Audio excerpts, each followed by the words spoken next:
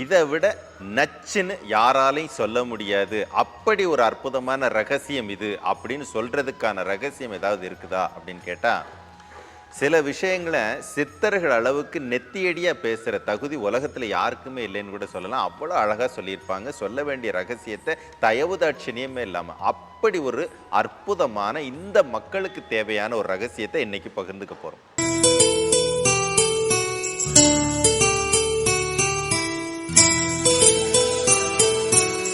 பட்டினத்தார் பகவான் நல்ல ஒரு அனுபவமான ஒரு மேதை.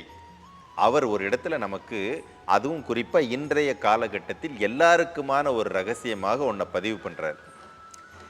எருவாய்க்கு இருவிரர் மேலே உண்டிருக்கும், கருவாய்க்கோ கண் கலக்கப்பட்டாய், திருவாரூர் தேரோடும் வீதியிலே செத்து கிடக்கின்றாய், நீரோடும் தாரைக்கா நீ.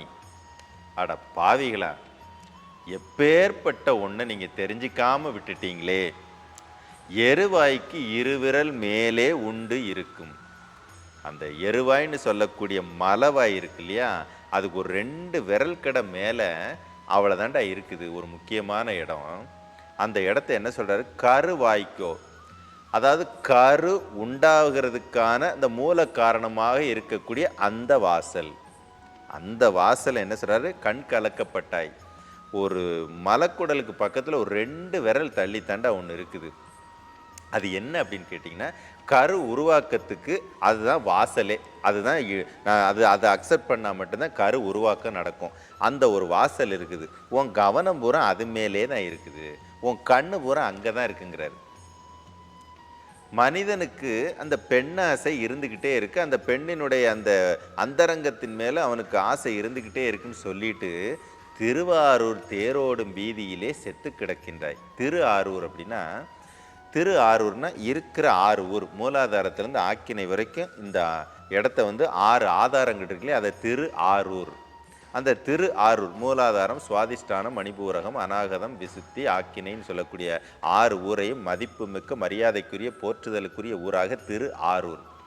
திரு ஆரூர் தேரோடும் வீதியிலே, தேரோடுதுன்னு அங்கே தேர் ஓடுறது சொல்லலை, அந்த இடத்துல குண்டலினி மேலும் கீழுமாக ஓடிக்கிட்டு இருக்கிற பாதை எங்கே இருக்குதுங்கிறாரு.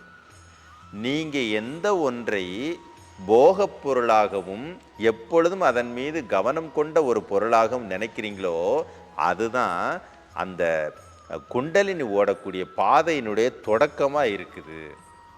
அப்படிப்பட்ட ஒரு அற்புதமான ஆற்றல் மிகுந்த ஒரு இடத்த நீ என்ன பண்ணுற, செத்து கிடக்கின்றாய். அதை பற்றி முழுசாக என்னன்னே தெரியாமல், அதனுடைய ஆற்றலும் மகிமையும் என்னன்னே தெரியாமல் செத்து போய் கிடக்கிறேன்னா, அதை பற்றின ரகசியம் தெரியாமல், உணர்வே இல்லாமல், புற உலகத்தோட பொய்யான உன்னோட கவனத்தில் இருக்கிறங்கிறத செத்து போய் கிடக்கிற.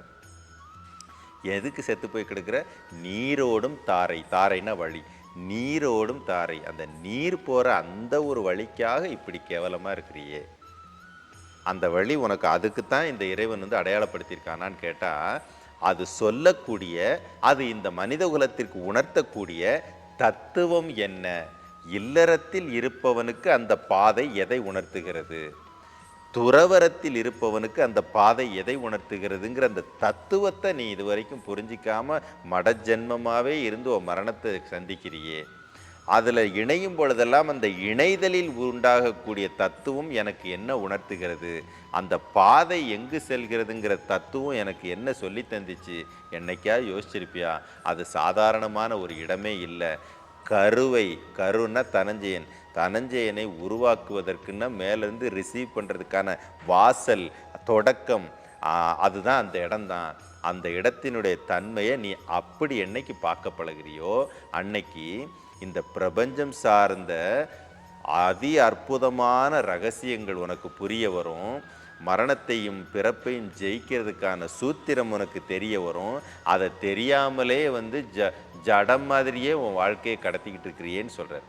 மனித குலத்திற்கு என்ன கடமை இருக்குதுங்கிறத அங்கே நினைவூட்டல் கொடுக்குறார். உனக்கு கடமை ஒன்று இருக்குது, நீ அதை மறந்துட்டேங்கிறத அவர் நினைவூட்டல் பண்ணுறார்.